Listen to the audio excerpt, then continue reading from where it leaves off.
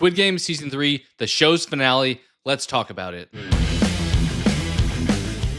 Hey, great to have you here. So today I want to talk about what we got from Season 3 of Squid Game and give my overall thoughts on how they chose to end things, at least for now. So looking at the high-level plot for Season 3, or should I say Season 2B, because we pretty much just extend the storyline from Season 2, and here we pretty much pick right up where we ended things in the prior season, with Gi-hun's failed rebellion against the game runners. From there, we continue with them all playing games. The detective continues to search for finding the island's whereabouts so we can try to stop things. And then we also have the side plot with one of the guards trying to rescue a player from the game. Jumping into some pros and cons I have for the season, starting off with the pros.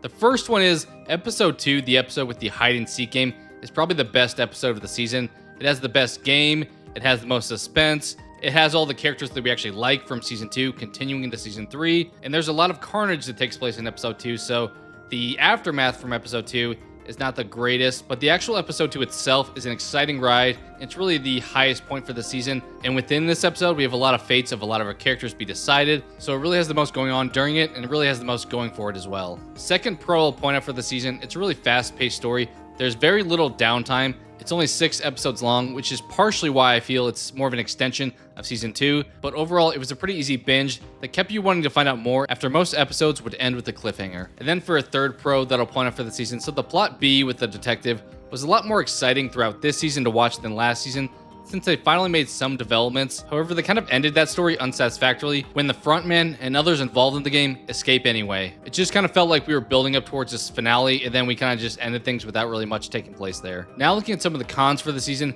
and the first one being, I already talked about how great Episode 2 was, but after that point, the show kind of gradually declines.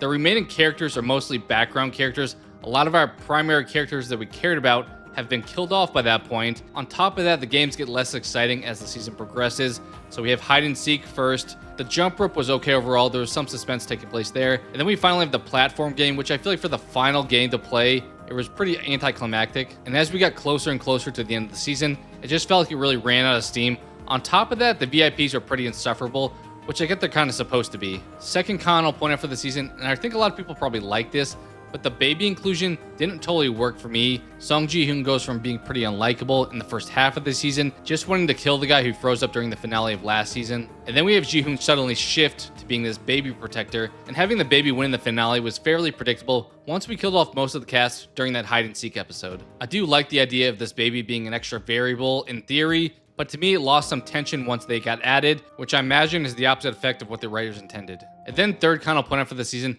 I don't like how open-ended they treated this series finale. The people running the game essentially get away, the detective doesn't stop them, and then we close things out with this tease towards a potential American spinoff. It just seemed like they tried to keep the door a little bit too open, despite the fact that this was supposed to be an overall conclusion. And now for my overall score for Season 3, I'll give this one a 5 out of 10.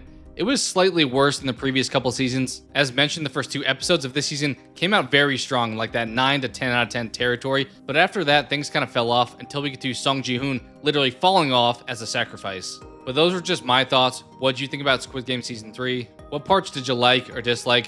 Do you hope the franchise continues, or would you prefer that it stays finished? Sound off on all things Squid Games in the comments below.